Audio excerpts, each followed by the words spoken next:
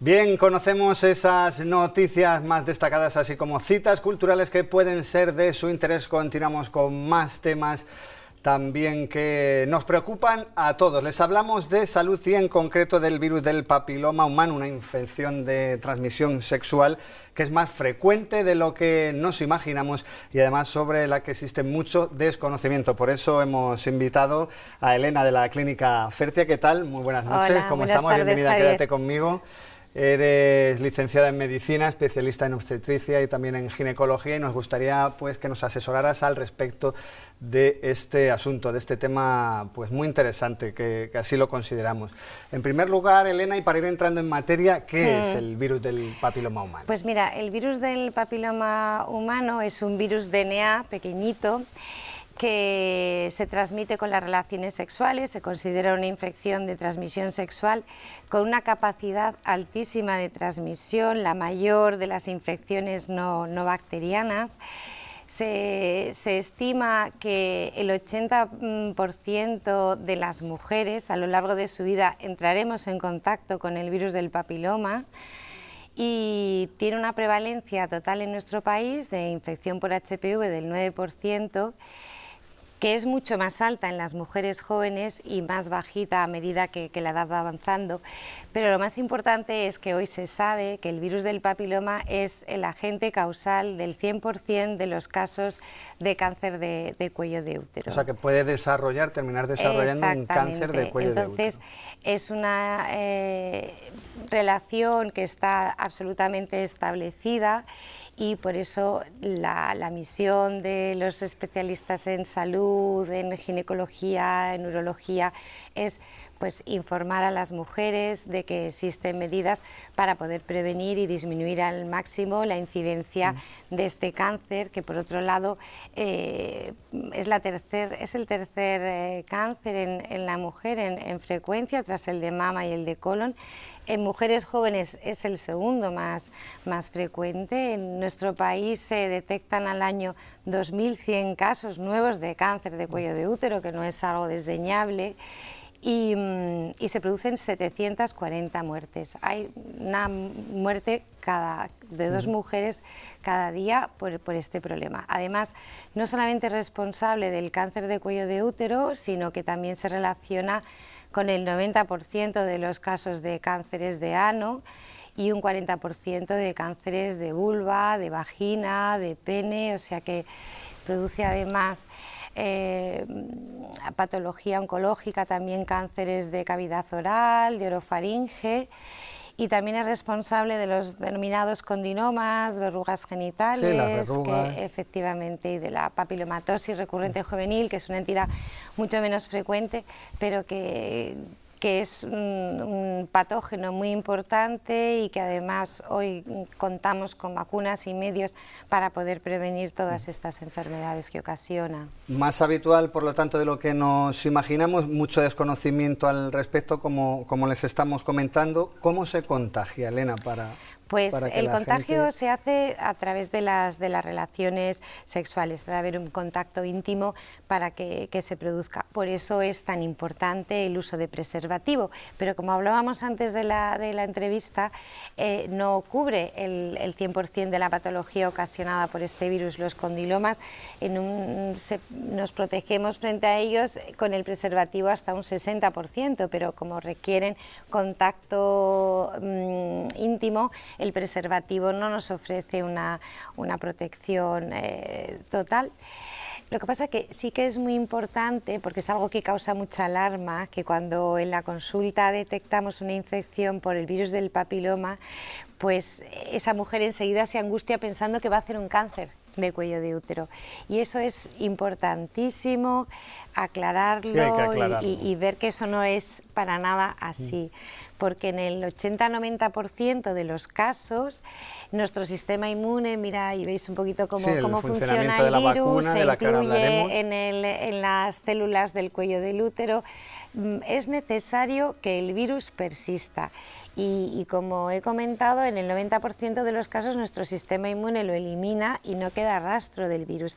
Pero sí es verdad que hay un 10, un 20% de mujeres en los que el virus persiste y se sigue dividiendo y se sigue clonando, y es lo que hace ya genera o desarrolle, genere una lesión en principio precancerosa, y que si no se criba adecuadamente, si no se hacen seguimientos y diagnósticos mediante citología, determinación de ADN viral, etcétera, pues eso evidentemente con los años puede progresar. Pero estamos hablando de una patología que progresa muy lentamente, y por eso el diagnóstico, la prevención secundaria es importantísima, porque digamos que la incidencia máxima de detección de la infección se da en mujeres en torno a los 30 años, pero el cáncer lo diagnosticamos a los 40, o sea que hay un periodo ahí de 10 años donde están esas lesiones precancerosas que con una citología se pueden diagnosticar. El problema fundamental, fíjate, el mayor factor de riesgo de desarrollar un cáncer de cuello de útero es no haberse realizado la citología. Claro, con una citología. Porque el 80% de las mujeres que tienen cáncer no se la han hecho.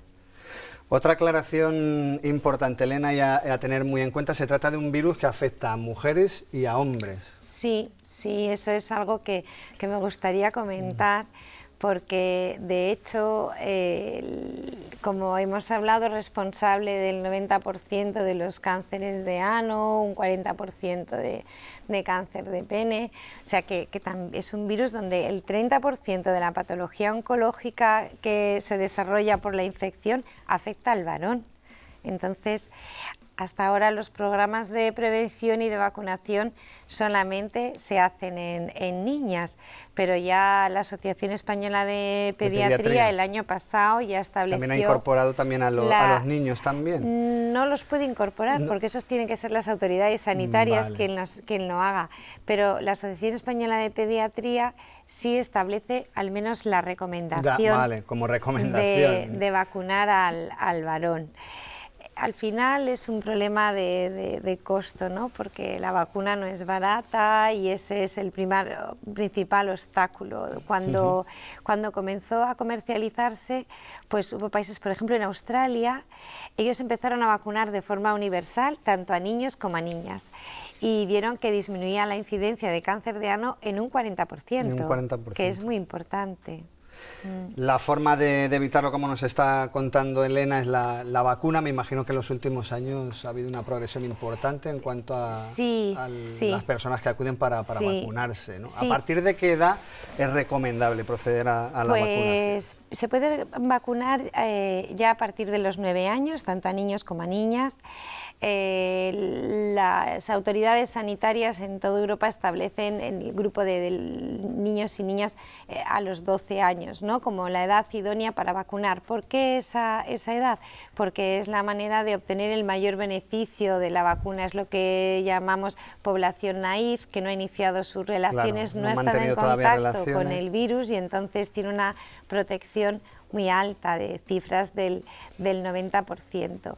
Lo que pasa que eso también es algo que está en debate, porque los expertos, por ejemplo, en patología cervical, la Asociación Española de Patología Cervical y Colposcopia, la Asociación Española de Médicos de Familia y de Prevención Primaria, también recomiendan vacunar a mujeres de más edad, porque lo comentábamos el otro día, en nuestro país, por ejemplo, hace cosa de 5 o 6 años hubo una gran alarma social por 2 casos muy desgraciados que se apuntaba que tenía que ver con la vacuna, 2 niñas que estuvieron ingresadas en UBI con patologías severas. La Agencia Española del Medicamento, la Sociedad Española de Ginecología mandó una nota tanto a los medios de comunicación como a los profesionales, donde se explicaba muy claro que no tenían ninguna relación, y eso hizo que cayera mucho la vacunación. De hecho, nuestro centro participó aquí en Fuengirola en un programa donde dábamos charlas a los institutos para que las niñas no dejaran de vacunarse, porque hubo una caída, y ahora lo vemos en la consulta. Es una de las cosas que preguntamos cuando una niña viene a su revisión: ¿estás vacunada del virus del papiloma? Y hay una franja entre 19 y 21 años que no se han vacunado. Que no se han vacunado. Que no y entonces esa vacuna. a esas niñas las sociedades científicas recomiendan la vacunación entre los 15 y los 26 años. En niñas que no se han vacunado o que no han completado su vacunación, se recomienda vacunar. También muy importante a tener en cuenta, ¿cubre esta vacuna la Seguridad Social, Elena? Pues nuestro Sistema Nacional de Salud y en el SAS nos cubre las niñas entre 12 y 14 años. Niñas más mayores tienen que hacerse cargo del coste de la vacuna, igual que si quisiéramos vacunar a nuestros hijos varones. Sin embargo, ya en algunos países de nuestro entorno, por ejemplo en Alemania, en Italia, en Reino Unido, ya están vacunando al varón. Y con el problema que tenemos de las transferencias de sanidad, en España hay sitios donde ya se empieza a vacunar al varón, por ejemplo en La Rioja lo hacen, en Asturias, en Cataluña lo están haciendo, pero de una manera muy similar a como lo ha hecho el Reino Unido, donde vacunan únicamente a varones de riesgo, es decir, a varones afectados por VIH o inmunocomprometidos, a varones que han sufrido un abuso sexual o tienen prácticas homosexuales, ya sea esporádicas o de forma continuada, y trabajadores del sexo, ya grupos que sabemos que son de alto riesgo, pero no lo han hecho universal. El problema que han tenido el Reino Unido al establecer esos grupos de riesgo, claro, estamos hablando de algo que atañe muy íntimamente a los comportamientos y hábitos sexuales de cada individuo, y eso ha generado mucha polémica allí, y es posible que en Cataluña tengan un problema similar. Elena, más dudas, además muy habituales. Aquellas personas o mujeres que piensan, no, yo ya he mantenido relaciones sexuales, a mí no me hace nada esta Bueno, pues vacuna. me encanta Otro que error, me hagas ¿no? esa pregunta, porque eso me canso de contarlo en la consulta. Porque todo el mundo piensa y las madres me dicen, bueno, pues es que mi niña ya ha tenido novio, ¿ya para qué la voy a vacunar? Bueno, pues es un error. ¿Por qué? Pues porque es posible que su hija no haya estado en contacto con el virus del papiloma. Y además, si ha estado en contacto, ahora contamos con una vacuna que cubre los 9 serotipos de más alto riesgo.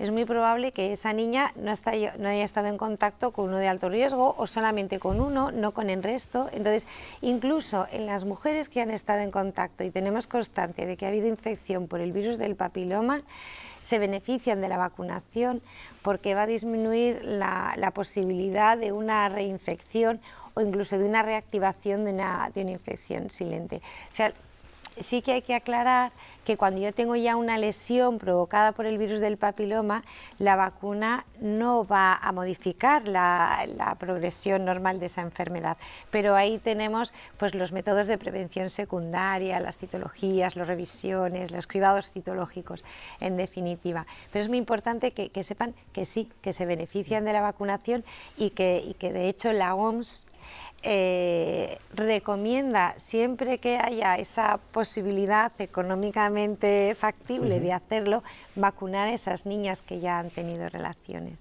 Porque aproximadamente de qué desembolso económico estamos hablando, ¿cuánto pues puede mira, acarrear aproximadamente? Depende, ¿no?, de una a otra, pero en torno a los 160 euros. Aclarar que cuando se trata de niños y niñas de 12 años, 14, que no han comenzado sus relaciones, basta con únicamente 2 dosis de la vacuna. Se ha visto que en estas edades, en esta población muy joven, se generan títulos de anticuerpos que les garantizan una cobertura amplia y suficiente para poder defenderse cuando estén en contacto con el patógeno. Y ya en niños y niñas ya por encima de los 15 años sí se recomienda 3 dosis. Sí. Otra duda también muy frecuente que puede surgir para mujeres a lo mejor a partir de 30 o 40 años, que piensen que para ellas pues la vacuna no es necesaria. Pues eso también es algo que... Algo frecuente, me imagino, ¿no? Sí, y que las sociedades científicas lo que recomiendan es que hay que individualizar cada caso. Eso es fundamental. Porque lo que sí se ha visto es que cuando se vacunan a mujeres por encima de los 26 años, 30, 40, desarrollan títulos de anticuerpos muy altos, muy similares, y si no han estado en contacto con el virus del papiloma, la protección es del 90%, igual que en el de la niña de 12 años. Entonces hay que individualizar cada caso porque hay mujeres, nuestra vida va cambiando mucho, ¿no? Hay muchas parejas que se rompen, comienzan parejas nuevas. Sí, entonces, depende a lo mejor si se ha divorciado, claro, o comienza una nueva sí, relación. Y puede ser una mujer que ha tenido su primera pareja durante 15, 20 años y ahora, bueno, pues esa pareja finaliza, comienza una nueva relación. Esa chica debiera vacunarse. Claro, sí, que depende de las circunstancias personales de cada uno, ¿no? Eso es así. Pues yo no sé si Elena puede resolvernos alguna duda más o algo que se nos haya quedado en el tintero que podamos aclarar ante el desconocimiento. Bueno, pues de este la tema. Importancia que tiene, ¿no?, para prevenir este tipo de patologías. Que la vacuna es fundamental y muy recomendable a todas luces. Pero sobre todo también aclarar mucho que el hecho de haber estado vacunado no me exonera, digamos, de tener que seguir haciendo mis controles citológicos anuales. Eso es fundamental, porque muchas veces se piensa, bueno, como ya me he vacunado, pero es que no cubre el 100% de los casos. Entonces, el seguir acudiendo a las revisiones ginecológicas y hacer cribado citológico es muy, muy importante, porque es una forma de prevención que no debemos abandonar y que es fundamental. Muy importantes esas revisiones. Y el uso de preservativo, evidentemente, en los métodos de barrera. Es algo que comentamos siempre en la consulta, porque muchas niñas nos dicen, bueno, pues yo ya quiero empezar a tomar la píldora y a veces les digo, mira, yo no es que sea retro ni nada de eso, no es que no te quiera prescribir la píldora, pero es que muchas veces con 15, 16, 17 años empiezan a tomar la píldora y dejan de usar el preservativo y eso es un error tremendo. Eso es labor en las familias, en los colegios. Hay que educar a que los adolescentes, cuando comiencen a tener sus primeras relaciones, tengan ese concepto claro absolutamente del uso de métodos de barrera.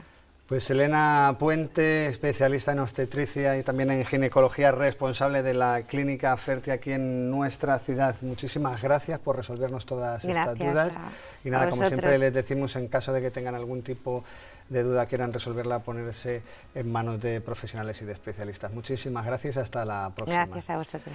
Nosotros vamos a continuar adelante, aunque nos van a permitir un pequeño descanso. Nos vamos a marchar a publicidad, regresamos enseguida con más temas, con más cosas interesantes que les vamos a contar esta noche del jueves aquí en Quédate Conmigo.